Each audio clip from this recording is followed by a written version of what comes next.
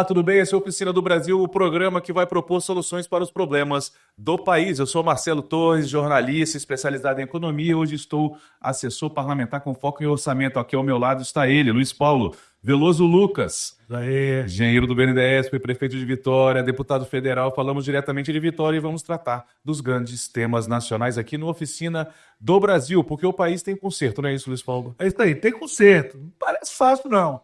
Mas tem sim. Deixa o seu like aí, apoiando o trabalho nosso aqui toda semana, analisando com você os problemas do Brasil. Vamos começar tratando aqui da principal notícia, a primeira delas, freio nos impostos. Na semana, a Câmara deixou caducar a medida provisória do Taxa Tudo. Com isso, o governo deixará de arrecadar 17 bilhões de reais no ano que vem. Ótima notícia para o nosso bolso. Enfim, colocar um freio nesse fetiche que o governo do PT tem pelo nosso dinheiro. Foram 251 votos pela barração, né? Para deixar caducar a medida provisória do Taxa Tudo contra 193 votos do governo. Tá aí, ó, uma derrota do governo, Luiz Paulo. É verdade, foi uma derrota que com muitas interpretações, Marcelo. A primeira delas é que houve uma articulação do Centrão com o bolsonarismo para derrotar o governo, né?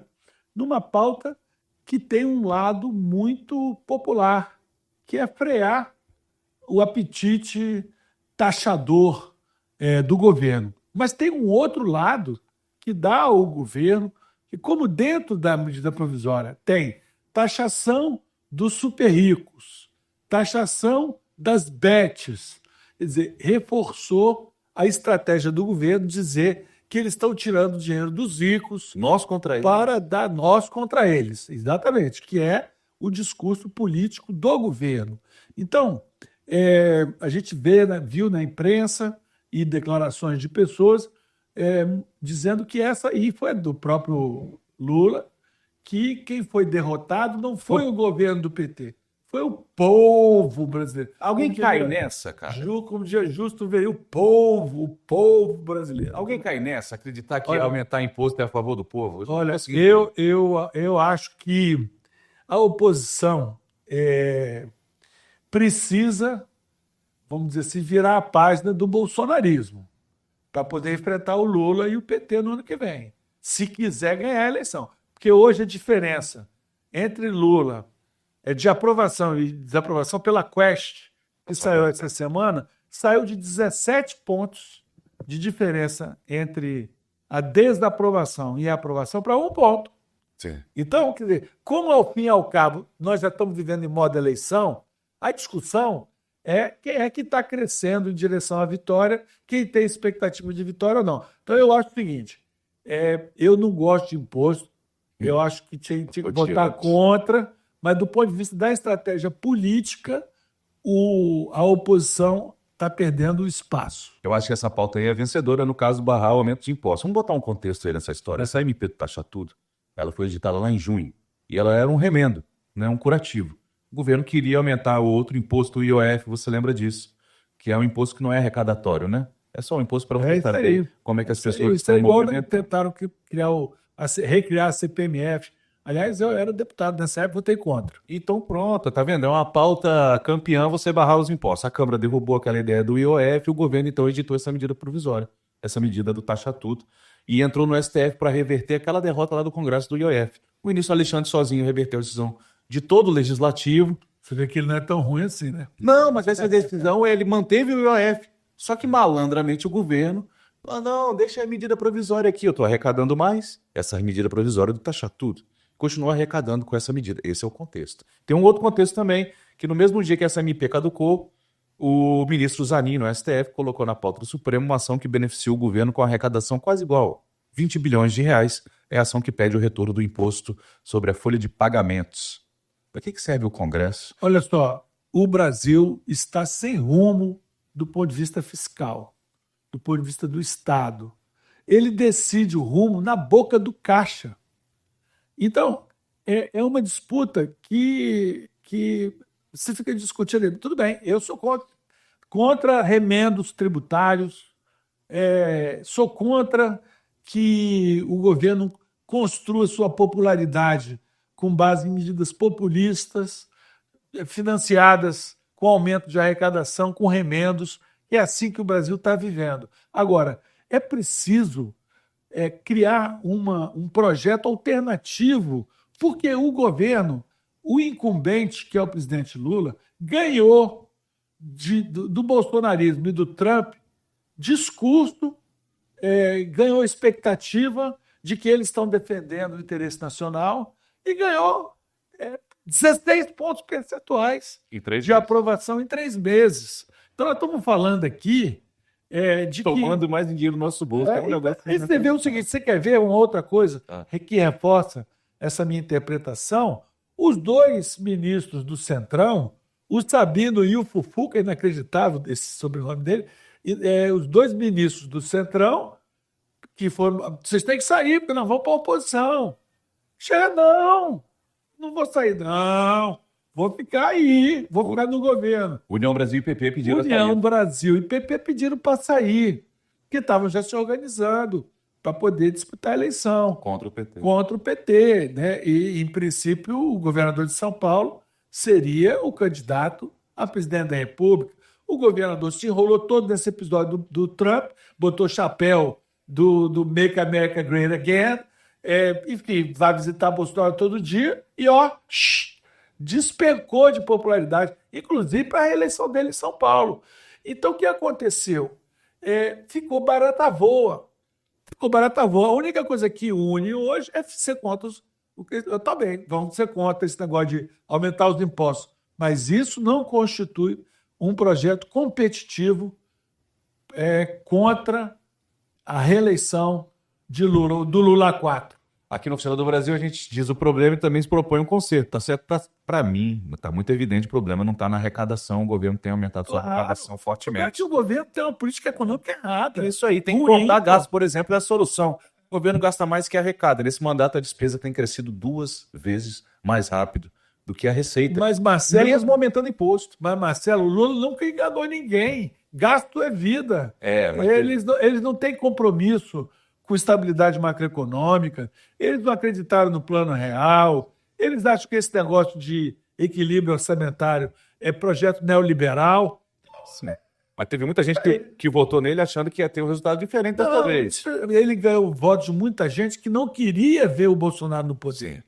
Então, isso tudo bem, ganhou a eleição, mas ele não entregou o que prometeu, não fez um governo de frente ampla, né? Fez um governo do PT, com as ideias, como diria o Delfim Neto, o PT no poder não aprendeu nada e não esqueceu nada.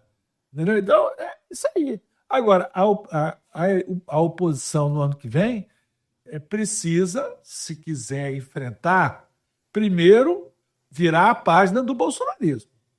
Porque o bolsonarismo está tirando o voto da oposição hoje. O bolsonarismo está tirando o voto da oposição e fazendo a oposição perder. É simples. Não é todo mundo ficar esperando o Bolsonaro escolher quem vai ser o candidato dele. Sim. Nós vamos tratar um pouco mais de pesquisa mais à frente. Mas, enfim, a situação para mim é essa. Já tem imposto demais. O governo se deu mal dessa vez. Vamos ver se ele presta atenção, começa a cortar gasto, coisa que eu acho que ele não vai fazer. Não vai fazer. Outra notícia da semana. STF contra o Congresso. O presidente da CPI do INSS... Está rolando, né? Pouco noticiado, mas está rolando no Congresso a CPI do INSS. O presidente dessa CPI revelou que o STF está realizando, entre aspas, um grande movimento de blindagem, fecha aspas, de pessoas próximas ao governo Lula. Na semana, o senador Carlos Viana, que preside essa CPI, reagiu ao habeas corpus concedido pelo ministro Dino. Hamilton Batista, ele é presidente do SIDNAP. Ele não respondeu a perguntas na CPI. SIDNAP é o sindicato que tem como dirigente o irmão do Lula, o Frei Chico. Não é a primeira vez que Dino barra depoimentos na CPI do INSS, que apura o maior roubo da história do Brasil contra velhinhos, idosos, aposentados e pensionistas. No jornal de hoje, hoje é sexta-feira, mostra lá que descobriram Ferrari, Porsche, não sei mais o quê. O roubo foi muito grande, é um absurdo. Eu estou apostando mais na Polícia Federal do que nessa CPI. Mas vamos ver se as pessoas que fizeram esse ato horroroso, né? Toda corrupção é muito ruim, mas contra os aposentados, dá tá vendo, né? Contra idosos, né? O camarada tem que ser muito perverso. Tem um contexto aí, o sindicato do Frei Chico, esse Sidnap aí, quase dobrou os descontos de aposentados do INSS durante o mandato do Lula. Saiu de 63 milhões de reais em 2022 para 104 milhões de reais em 2024, que esse Sidnap aí tomava dos aposentados e pensionistas. Marcelo, você precisa de lembrar, é importante que a gente se lembre que o imposto sindical era obrigatório. Até o governo tem. Todos os impostos, Todo trabalhador com todo carteira. trabalhador com carteira assinada descontava obrigatoriamente para os sindicatos. Era o equivalente a um dia por ano. Não é? Um dia por ano, um dia por ano. Eu, como engenheiro, descontei muitos anos para o sindicato dos engenheiros. São muitos dias. Né? Entendeu? Então, esse dinheiro que era dinheirama enorme. Na época do governo Temer, teve a reforma trabalhista, previdenciária, isso foi derrubado. O PT votou contra. Fez campanha de rua contra. E é óbvio que se você quiser descontar para o seu sindicato, para a sua associação, você tem um direito. Mas ninguém tem direito de obrigar você a descontar para a associação e para o sindicato. Também acho. Aqui, a sugestão de conserto minha. Eu não vejo essa disposição do STF na hora de punir desvios de recursos, a mesma disposição que ele tem na hora de vetar que pessoas que participaram de suspeitas aí de corrupção falem à CPI, que é o que tem acontecido. Essa politização do judiciário, você fala muito. É grave. Os casos são criminais. Só o Senado tem o poder de consertar esse problema aí, barrando os abusos do Supremo. É isso aí, eu estou com você. Mas eu acho que isso também vai sendo consertado na medida da consciência da população em relação às nossas instituições, porque eu já falei aqui, você também acho que concorda, que o judiciário não funciona bem, o legislativo funciona muito mal e o executivo funciona mal. Não é só porque as pessoas, se todo mundo fosse santo, não precisava de lei, não precisava de instituição, não precisava de nada. Como não é, tem lei, tem regra, e as instituições precisam serem aperfeiçoadas.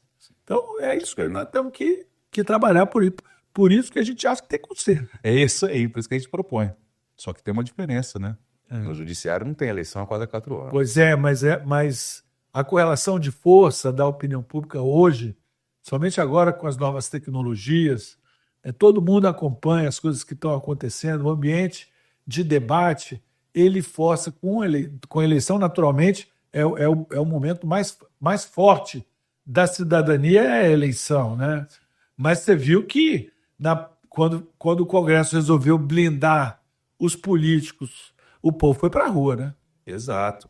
E outro tema aqui também envolvendo o judiciário, esse aí que não tem eleição, mas tem renúncia. O ministro Luiz Roberto Barroso anunciou sua aposentadoria do STF antes da hora.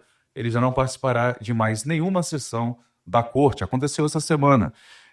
Barroso se retira 8 anos antes da aposentadoria compulsória, aquela aos 75 anos de idade.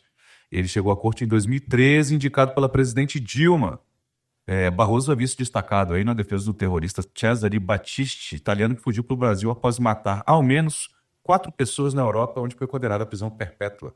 Os nomes mais cotados para assumir o cargo do Barroso são o do advogado-geral da União, Jorge Messias, o senador Rodrigo Pacheco. O famoso Bessias, né? O Bessias, quando você está com o nariz estupido, você fala Bessias. E do ministro do TCU, Bruno Dantas. Jorge Messias aí dispara na frente. Jorge Messias tem 45 anos. Se for escolhido, ele ficará mais 30 anos no Supremo.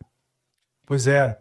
Eu quando estava trabalhando no Congresso, trabalhei uma época lá, tinha muita discussão sobre essa vitaliciedade do Supremo, tinham medidas, tinham projetos de lei estabelecendo em alguns países tem mandato, tem prazo, não é?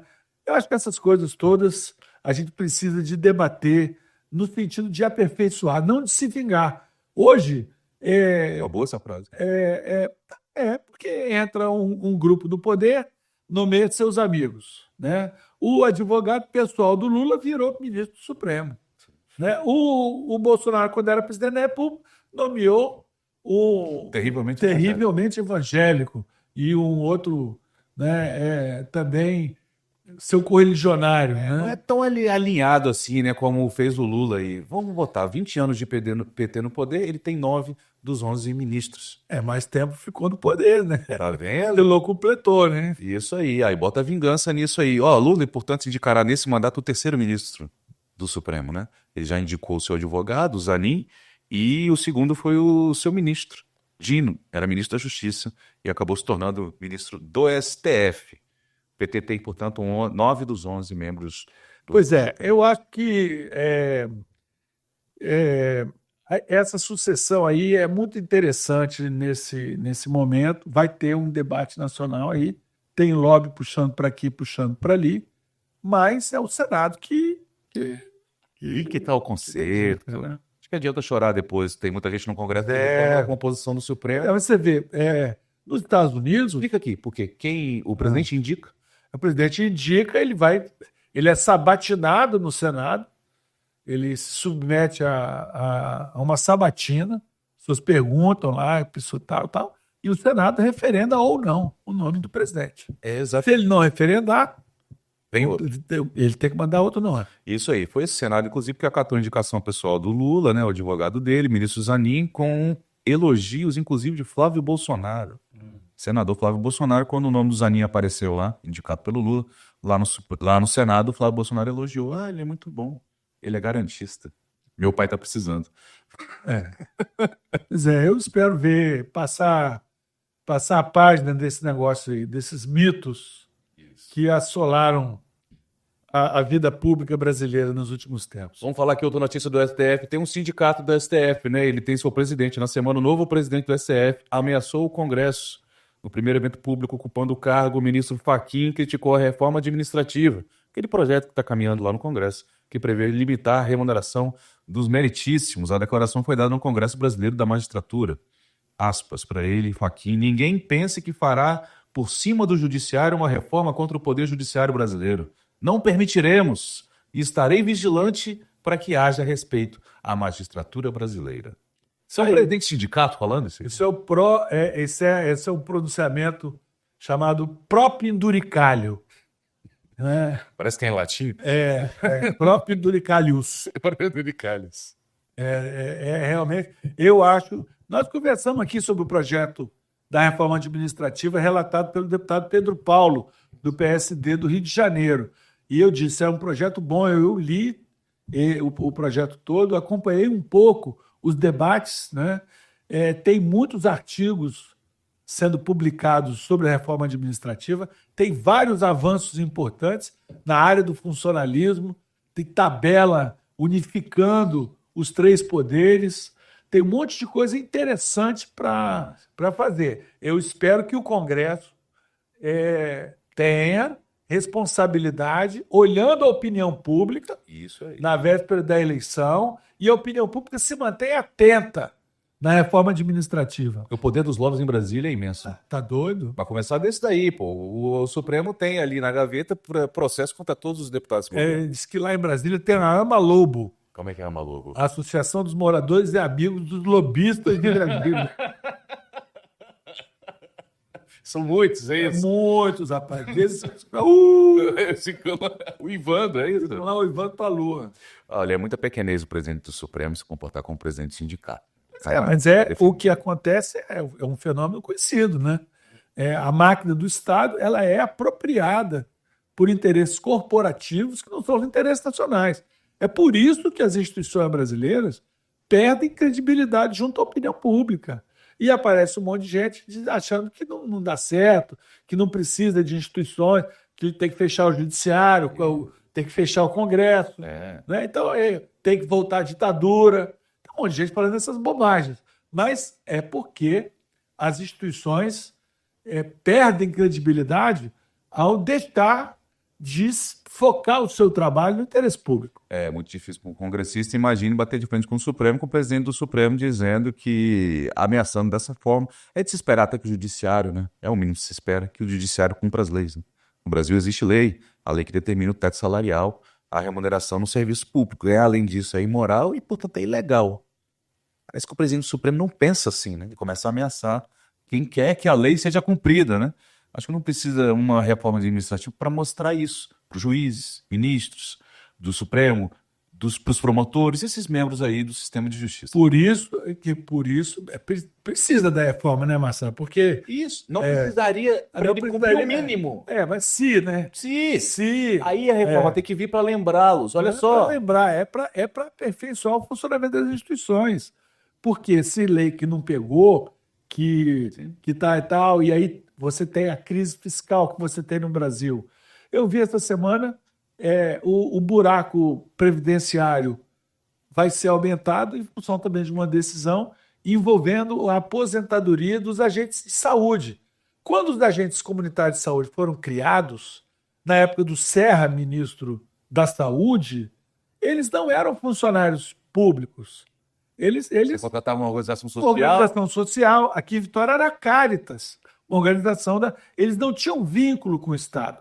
Depois eles se tornaram uma categoria de funcionalismo público. Agora estamos discutindo o pagamento da previdência de todos os agentes comunitários de saúde do Brasil. Então, isso eu não estou criticando especificamente essa categoria, mas o corporativismo que tem no Brasil é que todo mundo se pendura no Estado. Né? E aí depois não tem até o passado é incerto, tá vendo? Isso aí. A Ama Lobo faz como? Ama Lobo. Associação dos Lobistas. Tem um quadro no nosso programa, isso aqui é uma oficina, o quadro é o Pit Stop, a gente vai aí tratando dos assuntos rapidamente. Inflação em alta, o PCA aí foi divulgado na semana, acelerou e subiu para 0,48%. Em setembro, a conta de luz subiu 10% no mês. Em um ano, a inflação medida pelo IBGE passa dos 5%. Esses preços básicos aí estão muito altos, né? Você vai ao supermercado, vai pagar a conta de luz, vai pagar a gasolina. A conta de luz também vale um programa inteiro para a gente discutir aqui os problemas do setor energético. O problema hoje do Brasil é que está sobrando energia. É um problema, você vê. Sobrando energia produzida pelas fontes alternativas, subsidiadas por você e por mim na nossa conta de luz. Passou a ser um problema você ter a sua geração em casa. É um negócio muito... Não, para quem tem, não é problema. O problema é quem paga a conta. Isso. Outro tema aqui no Pit Stop, Lula confiante. Adversários, abre aspas para o Lula, devem estar mais preocupados, disse ele, sobre a eleição de 2026. O presidente abriu cerca de 10 pontos para os concorrentes nos últimos 3 anos. Isso aí, a gente já falou sobre isso aqui, né, hoje. Pois né? As ações desesperadas do bolsonarismo, né, no sentido de influir antes, durante e depois do julgamento de Jair Bolsonaro e dos outros acusados de tentativa de golpe, só fizeram dar ao presidente Lula uma bandeira que ele não tinha. Tomou de volta a bandeira do Brasil. Cessar-fogo na Palestina, notícia boa. Israel e Hamas aceitaram o cessar-fogo na Palestina, o primeiro passo do plano de paz para a região. Os reféns serão liberados, hein? Já se vão aí 3 anos, é isso? 2 anos um pouco. Mas não tem ninguém que não está torcendo para dar certo, né? Mas eu acho que... O problema é que a gente está torcendo há 60 anos. A gente precisa pôr as barbas de molho, porque aquilo ali é conflito para mais de metro, né? Isso aí, ó. Brasil e Estados Unidos, Marco Rubio receberá o chanceler brasileiro nos Estados Unidos. Marco Rubio foi indicado pelo presidente Trump para receber aí o brasileiro Mauro Vieira. Eles conversaram por telefone e com representantes do governo Trump, eles se reunirão em breve. Tá acontecendo, Luiz. Claro, lógico.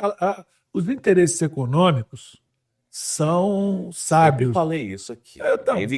O Trump gosta de dinheiro. Mas o Brasil, as empresas, o Itamaraty, o próprio governo atuou corretamente, Marcelo. Eles atuaram corretamente e conseguiram botar a bola no chão dos interesses econômicos. É o que vai falar, são os interesses econômicos. É uma negociação independente. O Lula e o Trump jamais compartilharão de ideias políticas sobre o mundo, sobre a vida, o que seja. Nem precisa. Isso, nem precisa. Negociar é função dos governos. Vai lá, as empresas do Brasil que operam nos Estados Unidos, essas aí, a Embraer, a JBS, né, o grupo da Ambev, né, e tal, e mais. O pessoal da Pois é, tecnologia. operou e aí Aí funcionou. funcionou. Eu acho que aquele encontro de 39 segundos na ONU Não foi. não foi casual, aquilo foi combinado, foi planejado pelas duas equipes de governo, de diplomacia, aquilo não foi casual. Então foi isso, para poder botar a bola no centro e botar a racionalidade econômica para presidir. Isso aí.